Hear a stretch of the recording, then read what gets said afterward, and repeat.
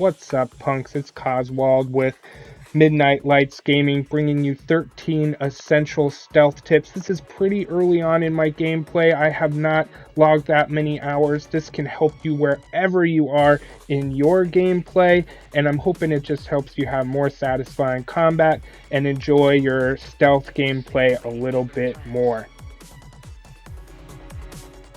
Like I said, it's Coswald with Midnight Lights Gaming. Be sure to like, subscribe.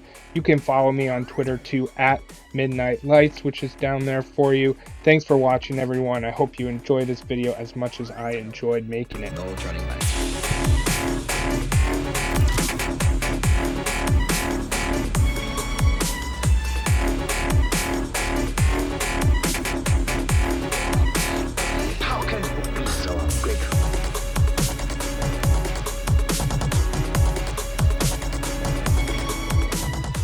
Alright, punks, let's get into it. Tip 1 is all about weapon choice. This is my typical build out for weapons. I have a blade, sometimes a katana. I have a revolver with a silencer and a scope. That is absolutely essential to stealth gameplay, and we're going to talk about that. And then I usually have an assault rifle also with a silencer and a scope. That's mostly if stuff goes down and I get seen, I can go to that assault rifle. That pistol is huge early on, especially with the silencer and the scope.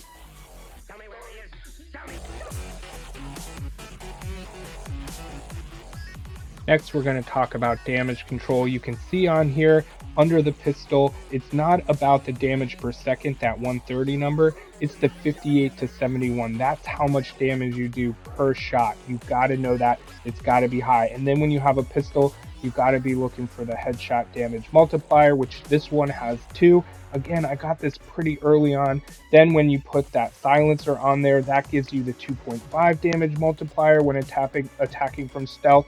You can also see it increases crit chance and reduces base damage. So pistols are key. The silencer gives you multipliers, but so does just having a revolver. So you got to have this revolver for damage control, and you got to know and understand how much damage each shot or swing does for each weapon. On to tip 3, build out and profile and skill tree and everything you need to know about how I built my character out. I'm not going to go into specific skills. Again, this is early on. You don't need a ton of specific skills to be good at stealth. I did prioritize reflexes. That's at a 7. That helps with handguns and assault rifles. Intelligence is huge for breaching and quick hacking, which we're going to talk about. And cool is for stealth and cold blood. Again, this is pretty early on. These tips are for wherever you are in your gameplay, and it's just going to help you have the most satisfying stealth combat if you do it that way. All right, tip 4, cyberware and mods. I want you to know what I have in here, and it starts with overheat. That's for human targets. It overheats them. At worst, it distracts them. At best, it kills them. So I like to use overheat. And as we move to the next one, I want to let you know that one thing you're not going to see on here is ping. I do have it. It's not equipped, but ping is really good too. I'm going to talk about that in a minute. Next, robot optics. That just blinds guys for long or short periods of time, depending on how good it is. But this is really helpful when doing stealth, so you can sneak up on them. So those are the ones I tend to use the most. I'm using an updated cyberware. You can see it's a pretty rare one. These aren't all of the ones I use. I'm actually going to talk about some more next, but make sure your cyberware and mods are good for your stealth. Next, tip 5 is my stealth philosophy. Everybody plays stealth a little bit differently. You'll see a lot of videos where guys just run through bases, but those videos, they know where those guys are. They've done it, they've run it through like 10, 15, 100 times, so they can have that perfect, super smooth video that's entertaining and cool. I watch them too.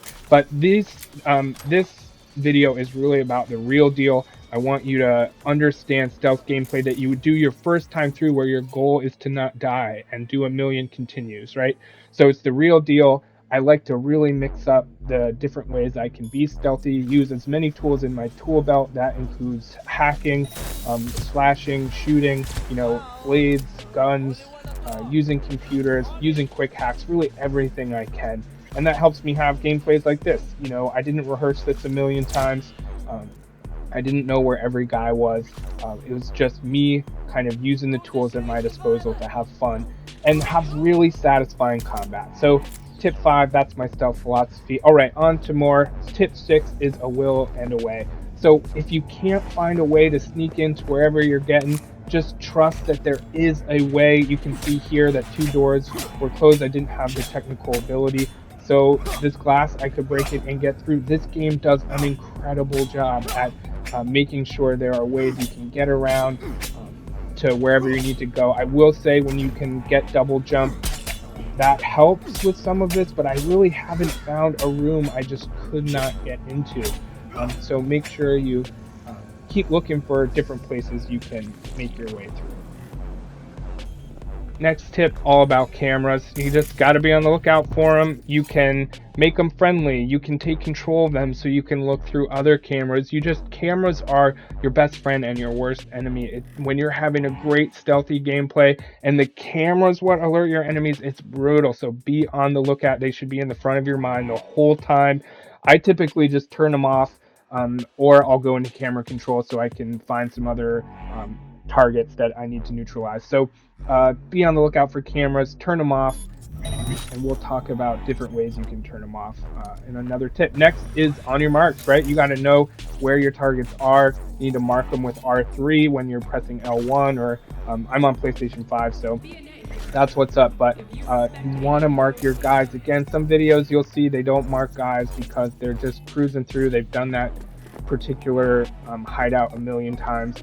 I like to scout. I like to have really smooth gameplays because I put in the legwork. So if you don't have patience, I don't know that this is totally going to work out for you. Okay, tip 9, you want your pistol silenced and you got to have headshots. And, you know, early on, as you're getting things squared away and getting your skills up, you're just going to mess up and be seen a lot more. But once you figure out how to get those headshots and you have the silenced revolver, and you really can have some fun with gameplay. So silenced pistols is going to do the trick for you. And you can see here, it's really fun when you can get a shot or 2 or 3 and take multiple enemies out. All right, tip 10. I have not figured out how to tell which guys have more armor, are harder to kill. If you know, put it in the comments. So typically if a guy looks like he has a lot of armor on or he's really big, I do not use my revolver. I don't do enough damage yet. I don't want to go loud and do more damage and be seen. So these are the guys I sneak up on and kill more non-lethal takedown. So look out for the tough guys. Sometimes it'll take 3 or more shots. Next is quick hacks. I'm going to go through the ones that I like the most. Or just the ones that I could play early on at this point. And that includes whistle.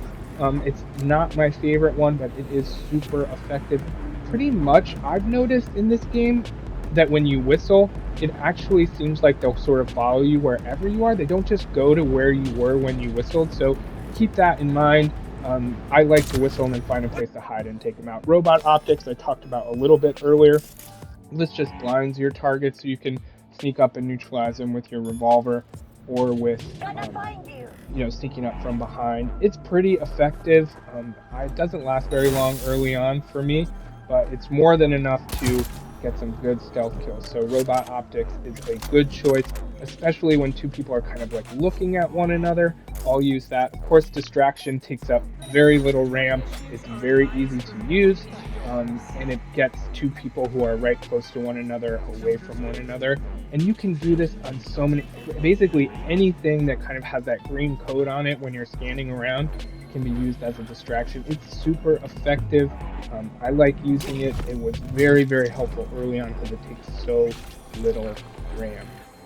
So like I said, this distraction helped me bring one guy over so I could come to this enemy and neutralize them from behind. So appreciate distraction. Next is short circuit. This one is so fun. I've gotten it pretty recently and built it up a little bit. So this is great for robots and drones. That almost took him out, just that one short circuit. So good to keep that in mind. And you can see here that I'm going to use short circuit on this drone, and it's an instant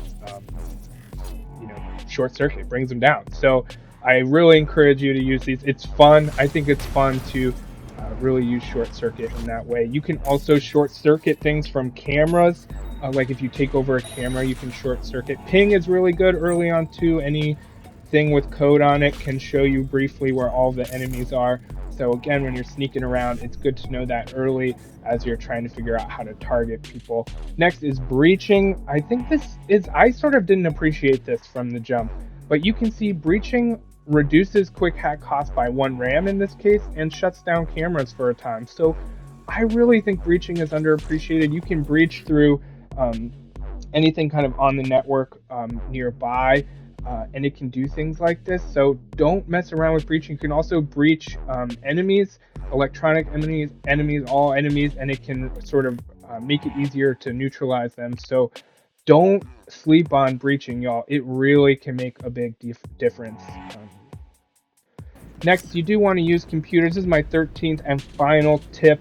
Again, if you're really doing this right, having fun and being intentional, you can open doors, you can turn off turrets. There's so many things you can do when you find one of these computers. So use them, use all of these, and you'll have very satisfying, fun stealth gameplays where you don't die every time and you don't have to constantly continue. I think it's cool to get it right the first time. So again, Coswald with Midnight Lights Gaming. I hope you enjoyed this video. I know there is drama about Cyberpunk. I've been looking forward to this game for so freaking long.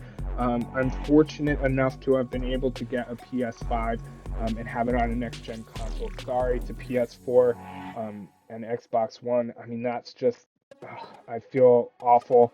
But all of that said, I do think this game is going to age very, very well. I think as people get into it, they'll see these stories, and this gameplay can be so much fun if you really give it time. So good luck, good stealthing, punks. Appreciate you taking the time. Like, subscribe, follow me on Twitter. Much love, and see you in the next video.